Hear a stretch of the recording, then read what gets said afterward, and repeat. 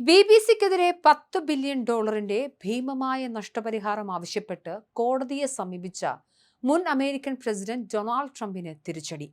സ്വന്തം വാദങ്ങൾ തന്നെ ട്രംപിന് പണിയായതോടെ അദ്ദേഹത്തിന്റെ സാമ്രാജ്യത്തിലെ 400ഓളം കമ്പനികളുടെ സാമ്പത്തിക രേഖകൾ കോടതിയിൽ ഹാജരാക്കാൻ ഉത്തരവായി. ട്രംപിന്റെ ട്രസ്റ്റിന്റെ ഭരണ ചുമതലയുള്ള മൂത്ത മകൻ ഡൊണാൾഡ് ട്രംപ് ജൂനിയറിനോടാണ് സാമ്പത്തിക വിവരങ്ങൾ കൈമാറാൻ മയാമിയിലെ US മജിസ്ട്രേറ്റ് ജഡ്ജ് എൻജോലിക് ലെറ്റ് ഉത്തരവിട്ടത്. ട്രംപ് തന്നെ നൽകിയ പരാതിയിലൂടെയാണ് അദ്ദേഹത്തിന്റെ ബിസിനസ് സാമ്രാജ്യവും സാമ്പത്തിക ഇടപാടുകളും പരസ്യമായ വിചാരണയിലേക്ക് വലിച്ചിഴക്കപ്പെട്ടതെന്ന് കോടതി നിരീക്ഷിച്ചു. ട്രംപിന്റെ പേരും ബ്രാൻഡും സാമ്പത്തിക ലാഭനഷ്ടങ്ങളും കേസിന്റെ ഭാഗമായി മാറിയ സാഹചര്യത്തിൽ ഇത്തരം തെളിവുകൾ ആവശ്യമാണെന്ന് ജഡ്ജി വ്യക്തമാക്കി.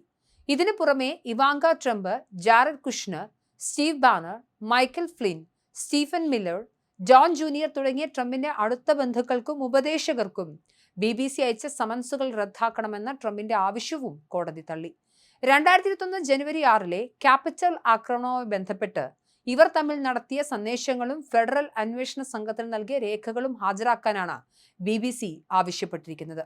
കേസിൽ നിന്ന് രക്ഷപ്പെടാൻ സാമ്പത്തിക നഷ്ടം ഉന്നയിക്കുന്നില്ല എന്നും മാനനഷ്ടം മാത്രമാണ് തങ്ങളുടെ പ്രശ്നമെന്നും കാട്ടി ട്രംപിന്റെ അഭിഭാഷകർ വാദം മാറ്റാൻ ശ്രമിച്ചെങ്കിലും കോടതി അത് അംഗീകരിച്ചില്ല.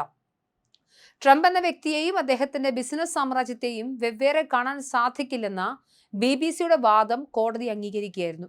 2024 അമേരിക്കൻ പ്രസിഡന്റ് തെരഞ്ഞെടുപ്പിന് തൊട്ടു മുൻപ് BBC-യുടെ പനോരമ എന്ന പരിപാടിയിൽ ട്രംപിന്റെ ജനുവരി 6 പ്രസംഗം തെറ്റായ രീതിയിൽ എഡിറ്റ് ചെയ്ത് സംപ്രേഷണം ചെയ്തു എന്നാണ് കേസിന് ആസ്പദമായ സംഭവം. ട്രംപ് ജനങ്ങളെ ആക്രമണത്തിന് പ്രേരിപ്പിച്ചു എന്ന രീതിയിൽ 12 സെക്കൻഡ് ദൈർഘ്യമുള്ള വീഡിയോ ക്ലിപ്പ് തെറ്റായി ചിത്രീകരിച്ചു എന്നാണ് ട്രംപിന്റെ ആരോപണം. സംഭവത്തിൽ BBC director general Tim Davie രാജിവെക്കുകയും ചെയർമാൻ സമീഷ ട്രംപിനോട് മാപ്പ് പറയുകയും ചെയ്തിരുന്നു. എന്നാൽ BBC-യുടെ ഡോക്യുമെന്ററി കാരണം തനിക്ക് വൻ സാമ്പത്തിക നഷ്ടമുണ്ടായി എന്ന് ട്രംപ് വാദിച്ചപ്പോൾ കഴിഞ്ഞ ഒരു വർഷത്തിനിടെ ട്രംപിന്റെ സ്വത്തിൽ $1 ബില്യൺ വർധനയുണ്ടായെന്നും അത് തെളിയിക്കാനാണ് കമ്പനി രേഖകൾ ആവശ്യപ്പെടുന്നതെന്നും BBC കോടതിയിൽ വ്യക്തമാക്കി. തിരിച്ചടി നേരിട്ടതോടെ ട്രംപിന് ഇനി ഡിസ്ട്രിക്ട് ജഡ്ജ് റോയ് ആൾട്ട്മാന് മുൻപാകെ അപ്പീൽ നൽകാൻ അവസരമുണ്ട്. മാധ്യമ ഭീമനായ BBC-യെ സമ്മർദ്ദത്തിലാക്കി പണം തട്ടാമെന്ന ഡൊണാൾഡ് ട്രംപിന്റെ തന്ത്രങ്ങൾ തിരിച്ചടിക്കുന്ന കാഴ്ചയ്ക്കാണ് മയാമി കോടതി സാക്ഷ്യം വഹിക്കുന്നത്. സ്വന്തം സാമ്പത്തിക സാമ്രാജ്യത്തിന്റെ കണക്കുകളും കുടുംബാംഗങ്ങളുടെ രഹസ്യ സന്ദേശങ്ങളും പരസ്യ വിചാരണയ്ക്ക് വിധേയമാകുന്നതോടെ $10 ബില്യൺ മാനനഷ്ട കേസ് ട്രംപിന് തന്നെ വൻ കടമ്പയായി മാറിയിരിക്കുകയാണ്.